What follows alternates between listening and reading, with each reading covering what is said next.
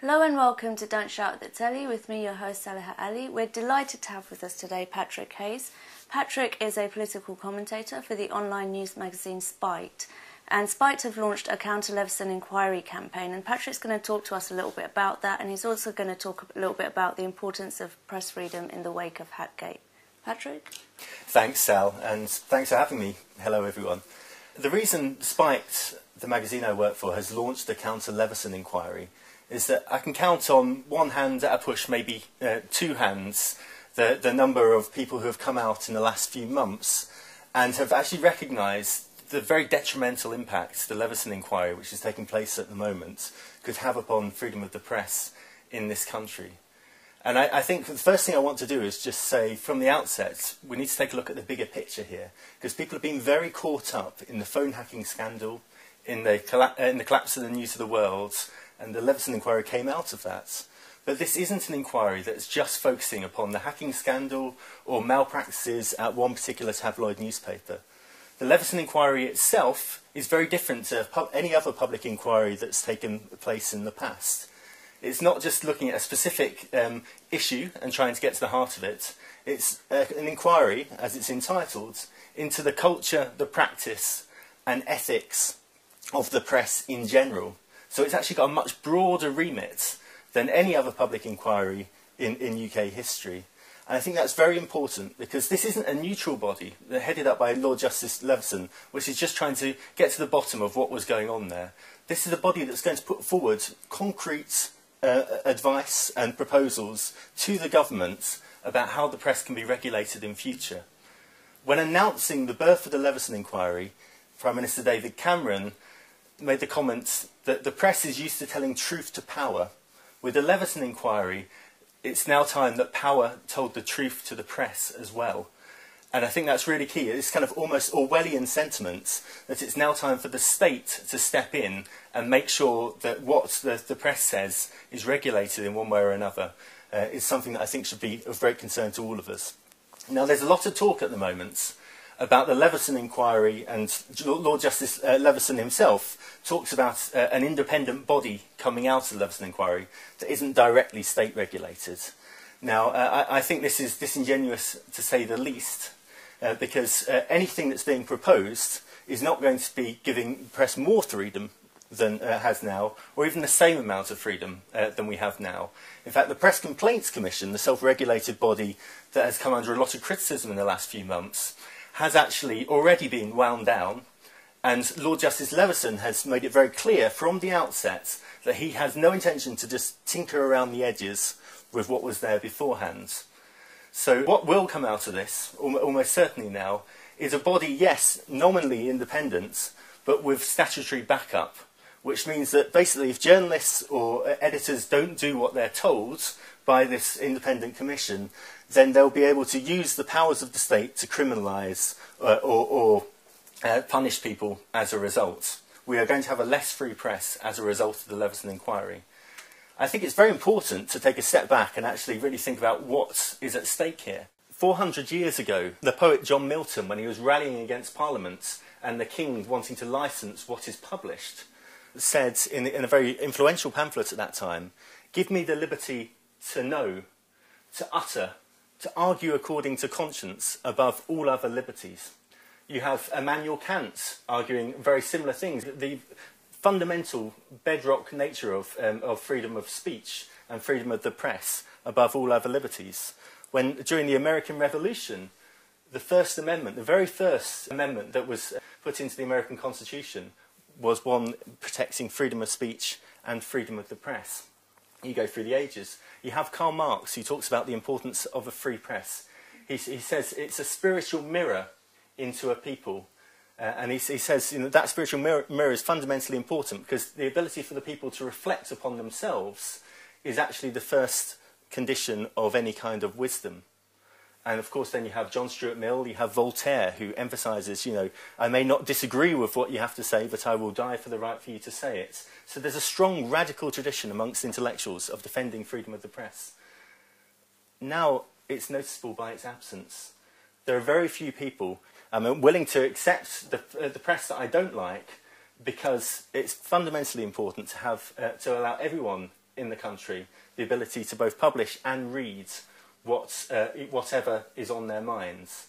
I think that's really important, because what we're talking about here is, you know, kind of these bigwigs in Parliament, judges like Lord Justice Leveson, deciding on our behalf, on behalf of the public, what we can or cannot hear. And I think when we're going into this discussion, it's really important to think, what is it that you think Lord Justice Leveson or other individuals, David Cameron, Boris Johnson, these other kind of state officials, should be able to say, you're not allowed to hear this, you're not allowed to read what some journalist has written. Because once you start chipping away at freedom of the press, then you start chipping away at what you can or cannot hear and think yourselves. I think it's very important, again with the Leveson Inquiry, to emphasise this isn't about Murdoch, this isn't about the phone hacking, this is about something far broader than that. There's already a police investigation going on about the phone hacking. It's being looked at, it was a criminal offence, it's being looked at as such. This isn't about that. This is about the Leveson Inquiry looking into the culture of the press as a whole and putting forward recommendations to the government which will allow the state to step in and regulate what we can or cannot hear. So I would say where you stand on press freedom and where you stand on the Leveson Inquiry reveals where you stand on democracy, reason, enlightenment and progress as a whole. I think there's a lot of questions I'm sure you have coming out of this, but I'd like to say from the outset, you know, don't be under any illusions. This isn't just a neutral inquiry, this is an imposition upon press freedom. This is about the state determining what you can or cannot hear or read in future. I'm a true believer in freedom of speech, and I think freedom of press is obviously a big part of that. However, what concerns me is the monopoly of the press, particularly from a right-wing perspective. I mean, I think that there's obviously a few corrupt media honchos and moguls who have been for a long time now doing backhanders, like almost rigging elections in some ways. Like, I'm aware that Tony Blair changed a major policy in order to get Rupert Murdoch's support, with The Sun having on the front page, The Sun is supporting Labour. Now, I don't think that, for me, is a free press. So I'm actually quite happy now that this inquiry has raised a debate among people and got everyone talking about certain issues which maybe they weren't aware of before, about how corrupt the press is. And I think there's a difference between a free press who is irresponsible and a press which is both free and responsible. I'd like to hear your ideas on that.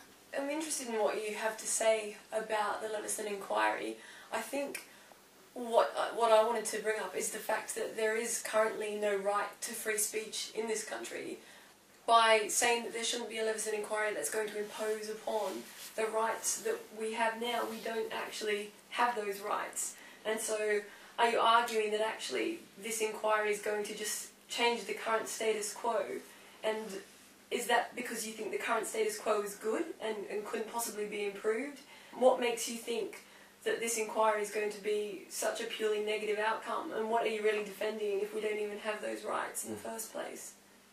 Instead of the media scrutinising the police, what the Leveson Inquiry is, I think, opening up is an avenue for the police to be monitoring the media. Is that right? Yeah, if we all believe in a free press, is there ever an instance where there is a view that's so extreme or so apparent, or particular images that are so explicit or pornographic that they should be restricted in some way? Or should there be absolutely no restriction whatsoever, and it's just left up to people's personal choice? It was argued that the Press Complaints Commission was biased because it was set up by editors and journalists.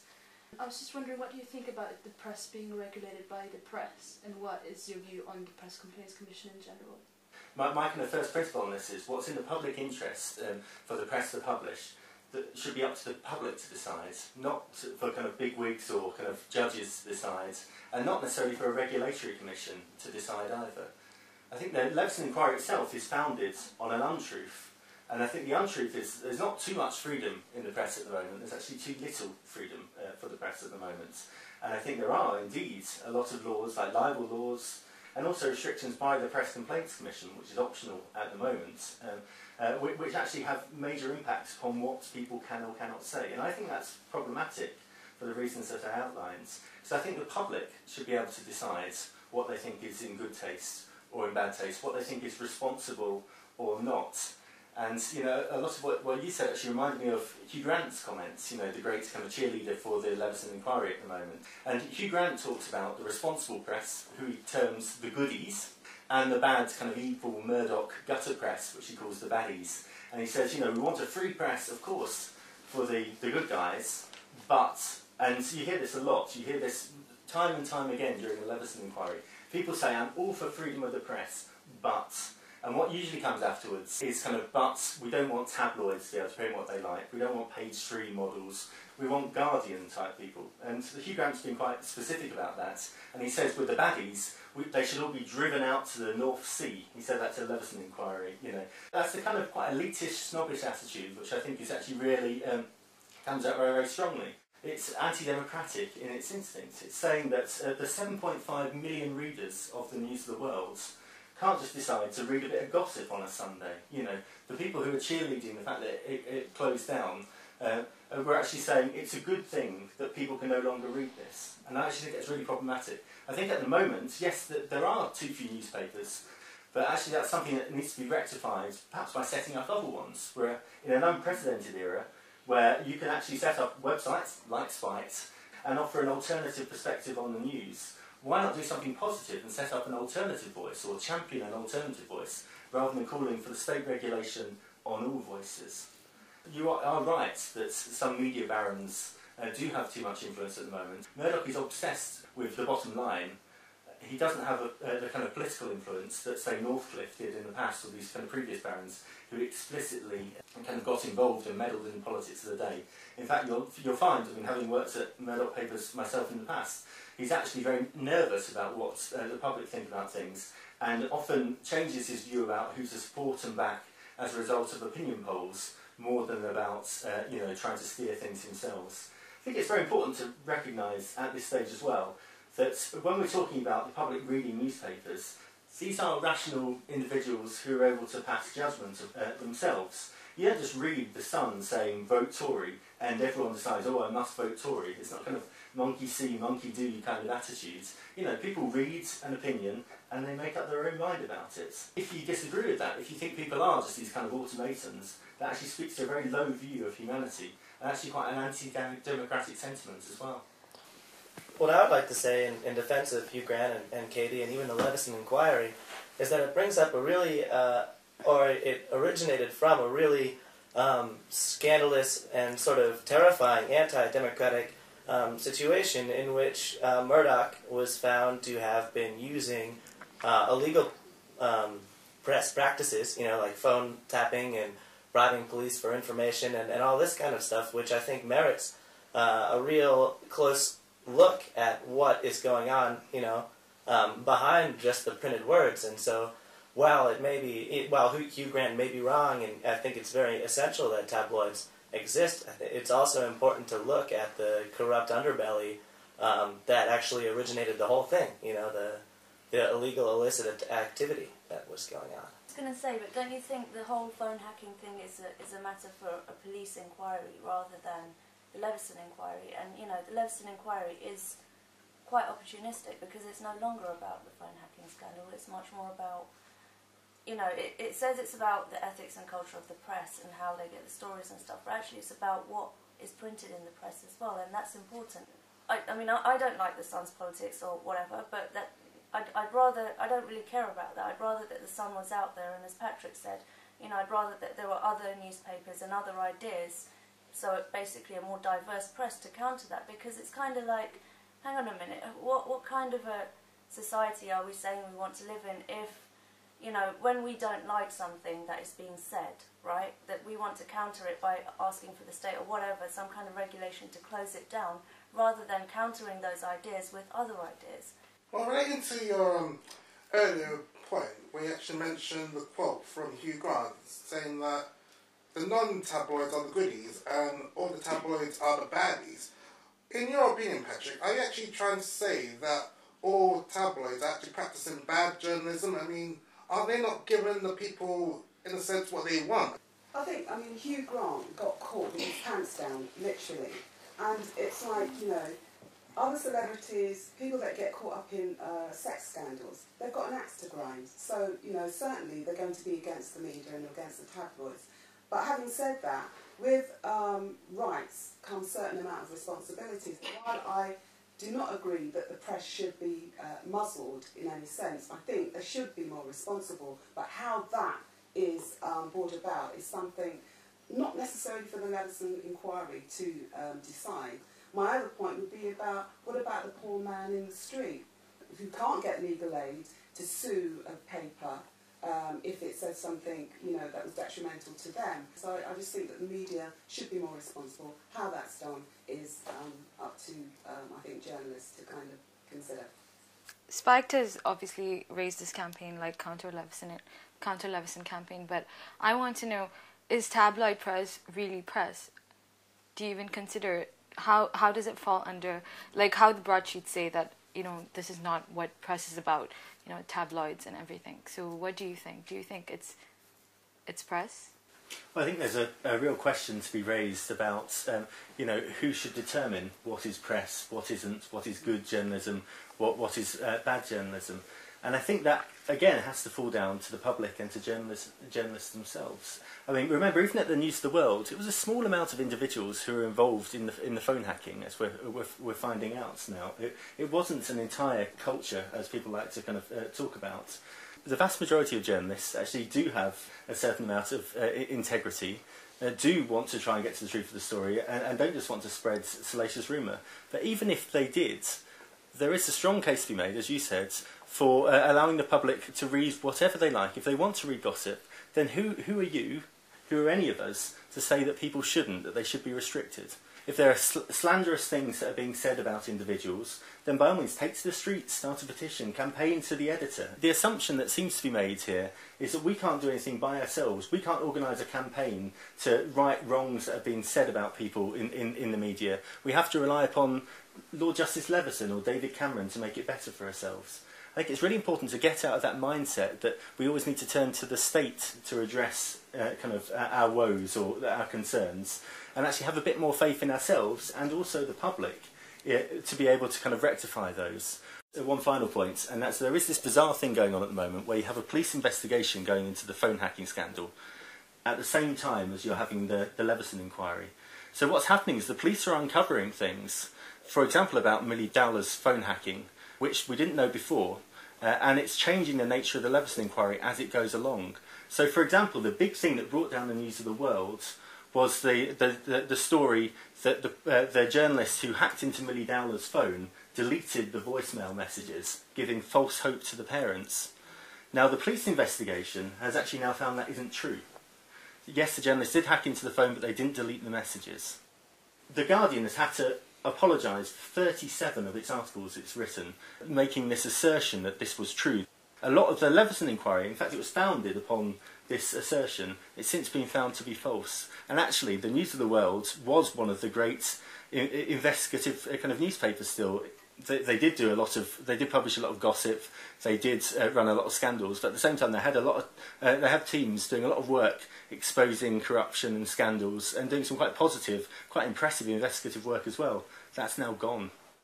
So Patrick, do you think that's a sacrifice that we're going to have to pay? That if the Leveson has the new rules and stringent conditions that they bring in, will we have to pay the price of losing that opportunity of having good investigations going on and investigative journalists? I'd actually like to point out at this point, as far as I understand, and feel free anyone to correct me if I'm wrong, but the Leveson inquiry didn't shut down the News of the World. The reason the News of the World shut was, ironically, because of bad press. They couldn't get advertisers to advertise in the paper anymore because its name had been dragged through the mud by The Guardian. So, in a way, the closing of the News of the World was actually more due to The Guardian being a little bit too free with its own journalism and not fact-checking and doing things like that. Can I just pick up on Sal's earlier point, which I do agree with as well, that we should have lots of different types of journalism, and I think it would be quite boring to just read my opinion over and over in just one type of newspaper. I think it is good to have different opinions out there. But I just wanted to ask Patrick, like, how far you would take that, because you listed the great intellectual tradition of people who fought for free speech, which is good that people have. But I mean, even J.S. Mill, who you said earlier, even he believed in the harm principle, where if something was inciting harm, he wouldn't think it was good. So I was just wondering if you would ever draw a line, coming at it from a minority rights point of view. I think that in a perfect world, freedom of press would mean that it was an independent force in society, but unfortunately from what we've learned through the things which have come up in the Leveson Inquiry is that actually the press itself is a bit corrupt and can also have a negative effect and represent negative opinions, bigoted opinions. I don't know if that's the right word. I think it would be really hard to find someone that would argue for the right for, say, Rwanda, the genocide that happened there, the government radio that kept broadcasting, inciting people to kill Tutsis with machetes for 30 days until, a million people were dead. I think it would be pretty hard to find someone that would argue that that's okay. So then you have to kind of water that down to modern day Britain and say, okay, well, of course inciting racial violence is bad, but where exactly do you draw the line? I think it would be hard to find someone that says any expression is okay. I'm for press freedom, but I think that the way it's reported or how the information is gathered should be regulated. There's certain things I think that should not be okay to do, like hacking phones for a story. And I agree with your point, but it should be left to journalists, the journalist unions, the police themselves, because when government steps in, that's when we have dystopian world, Orwellian world, and I don't agree with that. I am for freedom of speech, and when government steps in, that's when we start losing it. I also agree that we should have freedom of expression, because if we stop one person from speaking what they feel, what's to say that tomorrow they'll stop me from speaking what I want to speak? It's that if I have an opinion, I should be able to give that opinion. And if someone has something against my opinion, they are free to say that. It's not that I want to change someone's opinion. I just want to give an opinion, and I should be free to do that. And the danger is, I think, if you don't allow people to say what they really feel, it does go underground, and then it festers and comes out in a more negative way, I think, where there's maybe harm to people. Well, I think there should be a distinction made between individuals expressing their opinions, maybe in the pub or whatever, and people publishing, mass-producing newspapers. If you don't have any rules at all, then it's basically up to the person with the most money to throw away on a newspaper to have their opinions published and distributed throughout the country, simply because they have the wherewithal to do that. On the other hand, I would say that I've travelled around and seen different newspapers in different countries, and I think that the British press and the British popular press is something to be proud of in this country, and I point out that it has flourished in the past, despite there not being absolute freedom to print whatever you want. We've had libel laws and things like that for a long time, so I think there's a balance to be struck, and while I share your concerns that the results of the Leveson Inquiry might change that, I wouldn't advocate just a free-for-all. I think that even if the press is out there, the freedom of press is out there, and everybody's voicing their opinion, nobody's forcing me to pick up a newspaper that I don't agree with. If everybody has their voice, then everybody will be able to find a piece of, like an article or a newspaper or anything, that shares the same view as them. Just because I don't agree with The Sun, it doesn't mean that I have to pick up their newspaper. At this stage, I just wanted to go back to the quotes that I gave in the introduction from the poet John Milton 400 years ago, where he said, "Give me the liberty to know, to utter, to argue according to conscience, above all other liberties."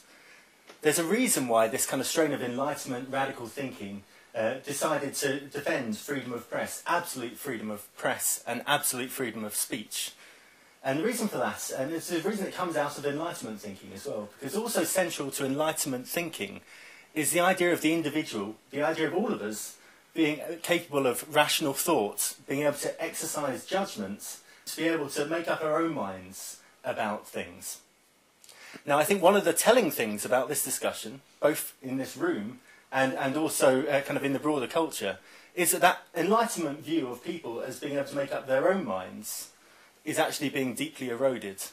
So when we hear people talk about not being able to hear bigoted views, for example, because it might actually have a negative effect upon the public, you know, it might incite violence. When you hear about the idea of people announcing things on Rwandan radio to take arms and to engage in murders, what it suggests is that people who hear that aren't able to make up their own minds about things. It suggests that they're not able to exercise judgment, that they're too stupid to be able to step back and say, I've heard this, shall I decide to act upon it or not? I think it's really important to draw a fundamental distinction between words and actions. How many people in this room, if I said, you know, let's kill Salihar, would obey the order? No, you would hear me say it, but you wouldn't necessarily act upon it. Well, I'd hope you wouldn't. I hope you'd think I was mad. And if someone writes an opinion piece, if someone announces something on the radio similar to that, hopefully you would think that person was mad. What your assumption is, if you want to try and ban it, if you want to try and regulate it, is that the people listening to it aren't able to decide for themselves that that claim, that kind of order is mad and shouldn't be obeyed. And I think you really need to think about what you're saying there. Because what you're actually saying is that the masses of normal, ordinary people are unable to make up their own minds about things, and you, or Boris Johnson, or David Cameron, or other people, Lord Justice Leveson, or Hugh Grant, is in a better position to decide what people can or cannot hear than they are. Because these people, these normal people, these plebs, these stupid people, aren't able to make up their own minds. Because if they're allowed to make up their own minds, if they're allowed to hear everything, then they may act in a stupid way. So they need to be protected from themselves. So the people arguing against absolute freedom of speech are effectively saying, we need regulations because people need to be protected from themselves because they can't be trusted to hear everything that can be said. And that's a very anti-enlightenment, a very low view of humanity in my view. But what does it also say about you? You know, what does it say about you? I actually think you come across as very censorious. You come across as snobbish, censorious, and actually quite authoritarian. Because what's a democracy if you or a small body of kind of bewigged judges are able to say you cannot or cannot hear this? And how can you operate a democracy on that kind of basis? So actually, in deciding to regulate the press, you're eroding a fundamental democratic freedom anyway. In deciding to try and protect the public from hearing things so they don't act in a kind of mad, violent way, you're actually having a very detrimental impact upon our most democratic of freedoms. So I think very carefully before you decide to say but after arguing I believe in freedom of speech.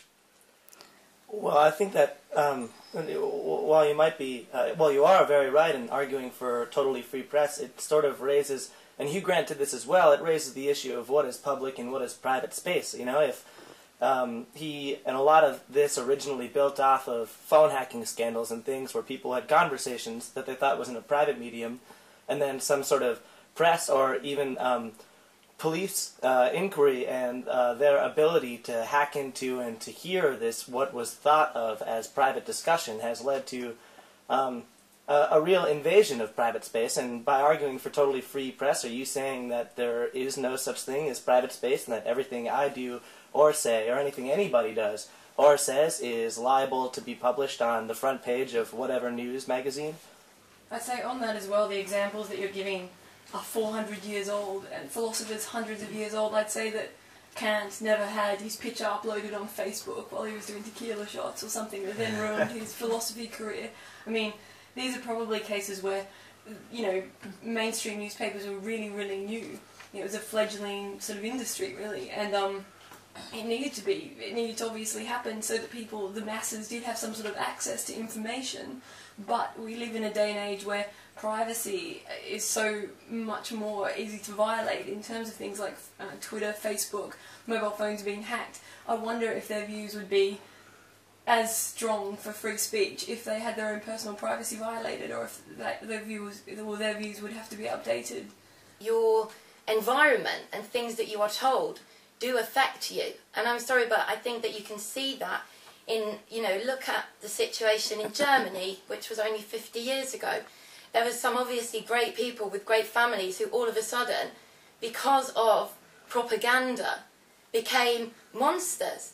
And also, as was mentioned before, in Rwanda, the same thing happened. And I'm not saying it was just because of that, and it's not as there's obviously much more complexities, but I do think it's quite a naive opinion to believe that everyone is not influenced by information.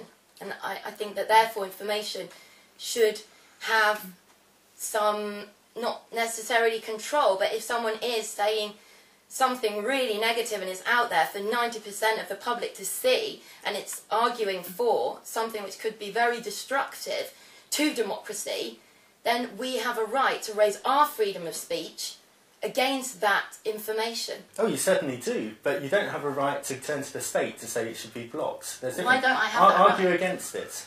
Argue against it. Say you're unhappy with it. Lead a campaign against it. But what you're doing is you're saying you want the state to block it so no one is able to make up their own minds about things. Because you have this view of individuals that if something is published in The Sun, then they're going to become monsters. You know, I think that speaks to a contempt for ordinary people. That, you know, if they access information, they're going to act upon it. It's almost like a robot or, you know, a Pavlovian dog or something like that. You know, these are human beings. So you're saying this concept of human rationality isn't an outdated idea from 400 years ago.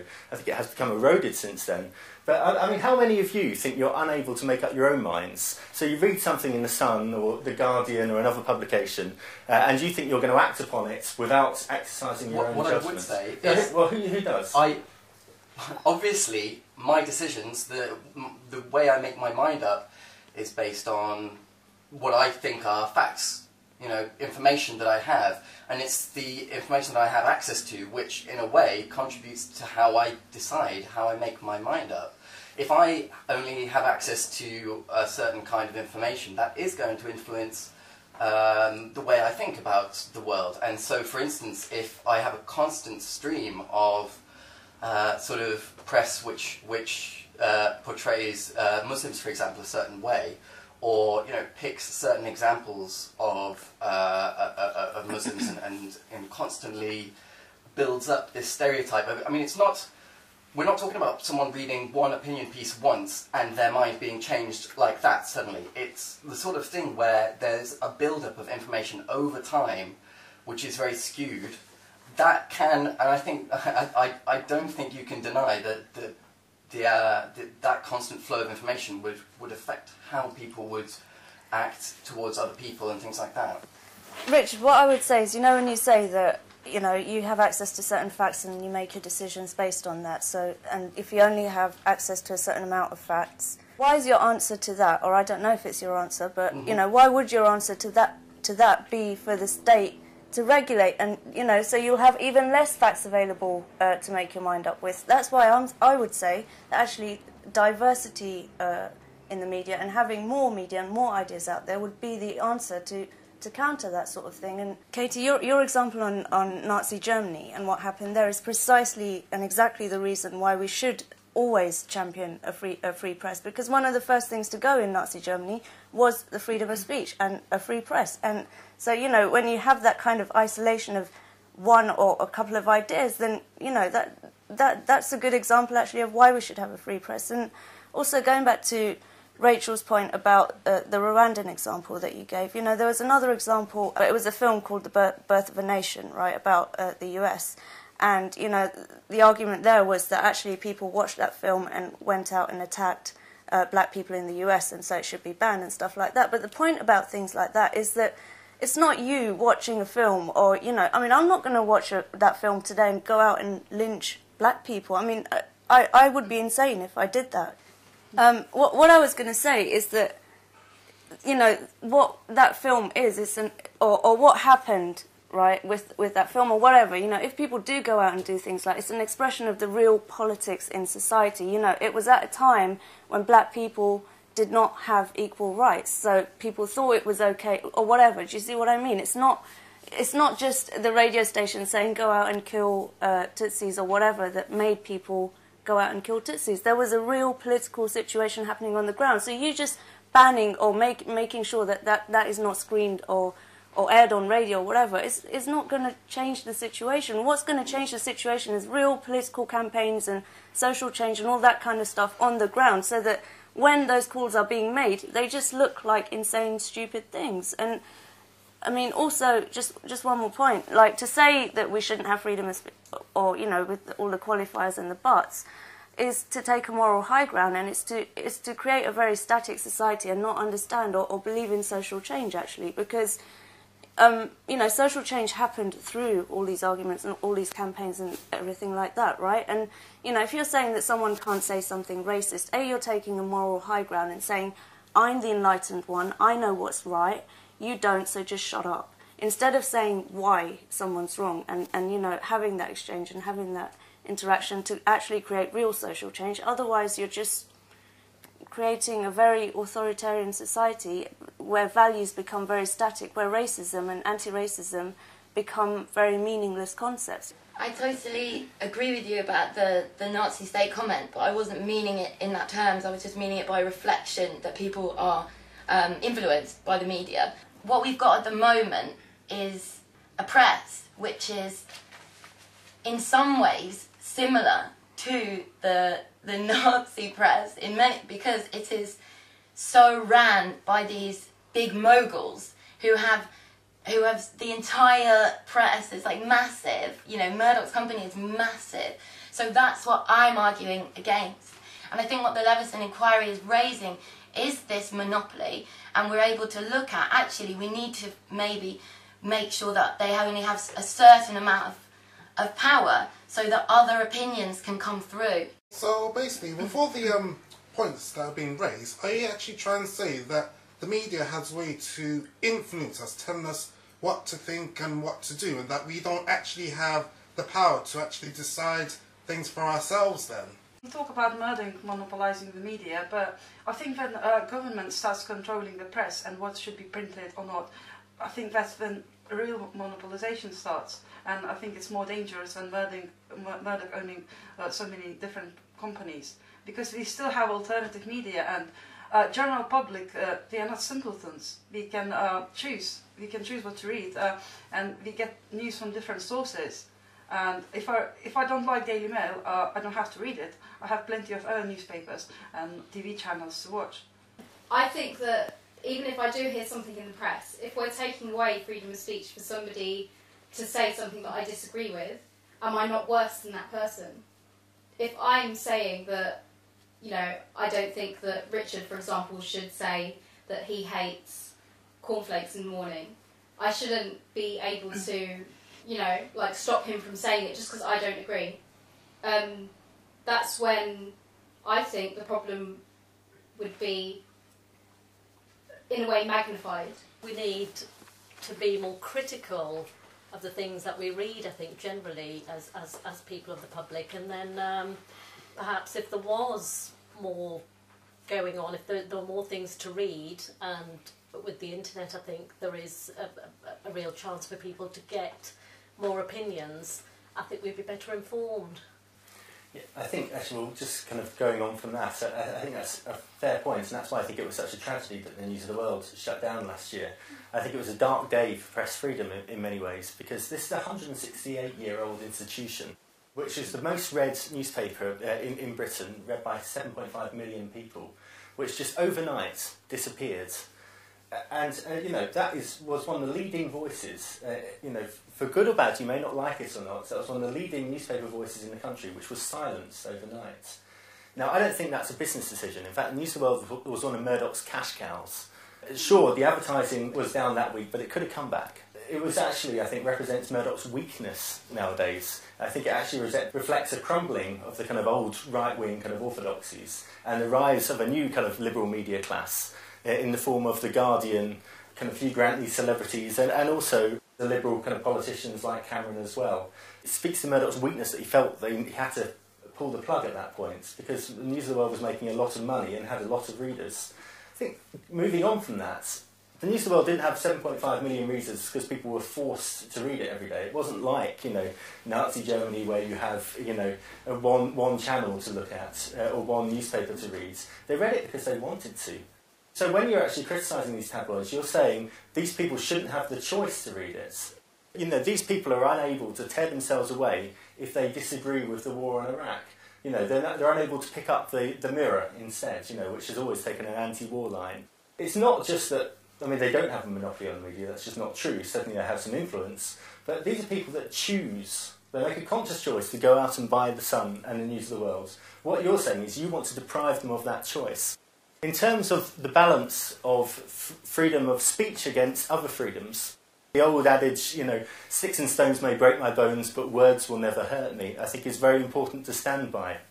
People are robust individuals who are able to deal with arguments, abuse and insults, and are thick-skinned enough to be able to deal with that. And I think if you start to breed this idea of people being vulnerable, needing to be wrapped up in cotton wool and sheltered from certain opinions, one, you don't have a frank and honest debate about the situation, but two, you are speaking to, again, a degraded view of humanity, that people are unable to deal with these arguments and come back and argue back. Sure, we can all have a debate around, you know, what's responsible press, what journalists should be doing, whether they should or should not be tapping into phones. I actually think there are some cases where people could tap into phones legitimately as journalists. I think there are some situations in which journalists can use subterfuge and other techniques in order to get a story, because sometimes the pursuit of a particular story, the pursuit of truth, can justify that. Even some Guardian journalists have admitted hacking phones in the past. Even the goodies have done it, but they say it was for the right reasons. The big question here is, who decides what the right reasons are? Who decides what's in the public interest? My argument is we should have enough faith in the public to be able to make up their own minds about what's in the public interest. I think one of the things that always influenced me when I was a young person was a teacher who actually died for the right to write what he liked. I don't know if people remember Steve Biko, but there are a lot of people that made a lot of sacrifices to be able to have that right. But we're now beginning to think, oh, well, we need to argue this out. I think that it's not negotiable. I do agree with what Patrick had to say about the Leveson Inquiry, that Leveson Inquiry itself is a state intervention of the media. But I also have to add that we live in a world where there's so much information overload, and we need that, and we can only take so much in. So people should learn how to be very critical of what they read every day, and notice that there is, okay, you have A and B and C, so they decide for themselves what they want. I think the big tragedy of the Leveson Inquiry is that even the opposition is not calling the government to a debate on what it means it wants to curb in freedom of the press, which is sad because we can't give the government a free hand to do whatever and impose whatever on the people. But I'm sorry, but I just do not think that a daily pair of breasts on page 3 counts as John Milton's arguing, you know, according to conscience. I think we have to be careful what we're saying about the press, because I think the press is our eyes and ears. They are there to scrutinise the government, and here we are saying the government should monitor the press. It's the other way around, because the government's watching us, but who's watching the government? Government, when they're elected, we're giving them power over us, and the only way that can be justified is if we have some kind of means of watching them. These people should be like Rottweilers. They should be really going after them, and if any politician steps out of line in the smallest way, by all means I think they should go after them. So for the government then to be turning and trying to clamp down on them is kind of counterproductive. I mean, I think, Rossa and Azra, I think you're absolutely right, because Patrick, your mention of Milton and Mill and Voltaire and all these people defending the freedom of expression, speech and the press, that principle was there for a reason, because it understood that there is an unequal relationship between us, the people, and the power of the state. And so, you know, the freedom of the press and freedom of speech is a check on that. So when we call on the state to regulate those checks that we have for the state, it's just a bit, you know, yeah, it's a bit ridiculous. But also the freedom of expression and the press is, I think, the biggest guarantor towards an equal and a better society rather than not. In my estimation, the question of what should be printed and not is basically what downgrades to a moral debate, and questions, answers to that can't be found in a law book. So any move of the government trying to control the press is basically what I see a move from democracy. going back to page 3, I think that it is up to the individual if they want to be on the page 3, the woman. But I think that if you don't want to see that, then you shouldn't buy the paper. And I think that expression, going back to freedom of expression, she has a right to be on that page if she wants to be, and you have a right not to read it or to read it. So, up to you. Can I say something that's not usually mentioned when we talk about page 3 in press, and that's indigenous cultures. When you look at people who are not very interested in dress and fashion, that there's nothing sort of obscene about them not covering breasts. I think the problem is people's attitude in the West and imposed by religion is to make it look like something dirty, and that they're the areas I think that need to be explored. I think that by restricting the information that we get, which would happen if, you know, tabloids did not exist, we're then closing our opinions and closing our minds. We're here, like, we can make our own decisions, we have our own minds, we have our opinions, and yes, it might be slightly influenced by the media, but we will all be thinking the same and just walking robots if we were all reading the same newspaper, listening to the same radio show. You know, it would just be one opinion for the whole world. Actually, I get the sense from listening to Hugh Grant speak or the other kind of campaigners around the Leveson Inquiry at the moment that they would quite like everyone to just be reading The Guardian or something like that, or the liberal press, because that's their idea of what a responsible press is. So when Harriet Harman expresses, her concern about, the immorality of page 3 girls and calls for them to be banned, again, nothing to do with phone hacking. This shows how broad the Leveson Inquiry is. It's looking at all different aspects of the press and what it publishes.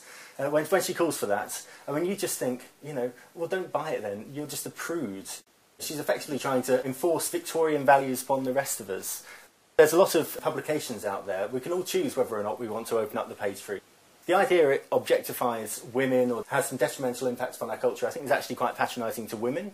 It suggests that they need to, again, be protected from this kind of objectifying gaze of men. And often you hear feminists suggest that it's going to breed rapists or misogyny in men. And I actually think that's very patronising to men as well. Very interesting points that you made on the end there. If we can't say what's on our minds, then it becomes very difficult in terms of having a debate about what we want the future of our society to look like. It means that politicians can't say what's on their minds, which is already happening. It's a big kind of taboo to mention immigration, for example, in the last debates, lest it kind of set off a mob, kind of a rampaging mob of EDL supporters. And there are certain things that won't be discussed, which will actually have a very real impact upon the next generation of leaders who will be elected in. Now, in terms of kind of tabloid culture versus kind of the broadsheets, I would again go back to Karl Marx, one of my kind of favourite quotes from him on press freedom. And he says, "You cannot pluck the rose without the thorns." I think that's a beautiful way of describing this situation. We have some roses here, and I won't do it, but you cannot just take the good bits of the press without grasping the rest of it as well. If you start to give that power to the government, to any small elected group of individuals or unelected, like Lord Judge Leveson, then you're in a very dangerous situation where people start to determine on our behalf as the public, what we can or cannot hear or think. If we don't have access to all the information, and I agree there, it's very important that we have good journalists out there who are able to really kind of sift through it and present us with what we need to know, because there's more information than ever before. But that's no excuse for state regulation. And I think really I want to end on that point, because I think it's very important in terms of the Leveson Inquiry to recognise that this isn't just an academic debate. This isn't just a conversation about the kind of press we want, whether or not we want page 3, whether or not we want salacious gossip or not. This is actually a discussion that will have very real consequences. This is a discussion that when Leveson files his final report to government is very likely to be adopted. It's likely to have an impact upon what the media can or cannot print and what you, all of us, the public, can or cannot hear. Think, what do you think the government should stop you from hearing? And I really think we should all go out and very actively, not be passive, very actively go out and oppose the Leveson Inquiry and the current impingements upon freedom of speech as well, because without free speech we cannot have a true democracy. Well, I'm afraid that's all we have time for. That was a really, really fascinating discussion, so thank you, Patrick. If you'd like to get involved in Don't Shout at the Telly, email us. We look forward to reading your comments on this programme.